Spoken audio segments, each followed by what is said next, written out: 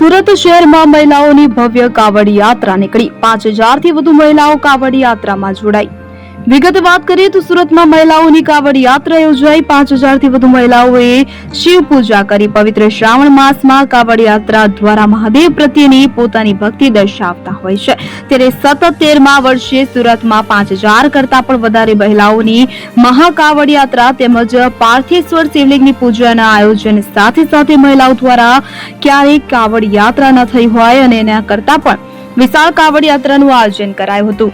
કાપોદ્રા સિદ્ધ કુટીર મહાદેવ મંદિરથી તાપી કિનારે કાવડમાં પાણી લઈને 5000 થી પણ વધારે મહિલાઓએ કાવડ યાત્રા કરી હતી। ત્યારબાદ આ કાવડ યાત્રા એકે રોડ સ્થિત સ્પોર્ટ્સ કોમ્પ્લેક્સ સ્થિત પહોંચીને સંત આધ્યાત્મિક ઓમ ગુરુના સાનિધ્યમાં અને રાજકીય અને સામાજિક મહાનુભાવોની ઉપસ્થિતિમાં પૂજા કરી હતી। મધર મહિલા ચેરિટેબલ ટ્રસ્ટના પ્રમુખ કોમલબેન પટેલે જણાવ્યું હતું કે આજે 5000 થી વધુ બહેનોએ કાવડ યાત્રા બાદ એક સાથે પાર્થેશ્વર શિવલિંગની પૂજા અર્ચના કરી છે।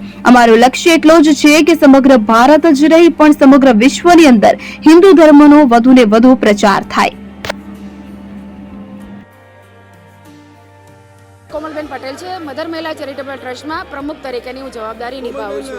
આજે શું કાર્યક્રમ રાખવામાં આવ્યો આપની ચેરિટેબલ? આજે આ મધર મહિલા ચેરિટેબલ ટ્રસ્ટના માધ્યમથી મહિલાઓની વિશાળ કાવડ યાત્રાનું આયોજન કરવામાં આવ્યું છે। ત્યારે આખા ભારત વર્ષમાં ક્યાંય ન થાય એવી કાવડ યાત્રા આજે અમારા ટ્રસ્ટના માધ્યમથી નીકળી છે।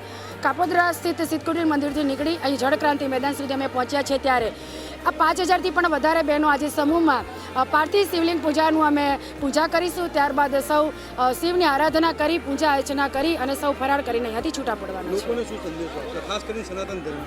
ખાસ સનાતન ધર્મ માટે અમારો એક જ આ સંસ્થા તરફથી એવો સંદેશો છે કે આખા ભારત વર્ષમાં નહીં પણ વિશ્વભરમાં વધુને વધુ હિન્દુ ધર્મનો પ્રચાર થાય, આવનારી યુવા પેઢીને આ હિન્દુ ધર્મનું થોડું જ્ઞાન મળે।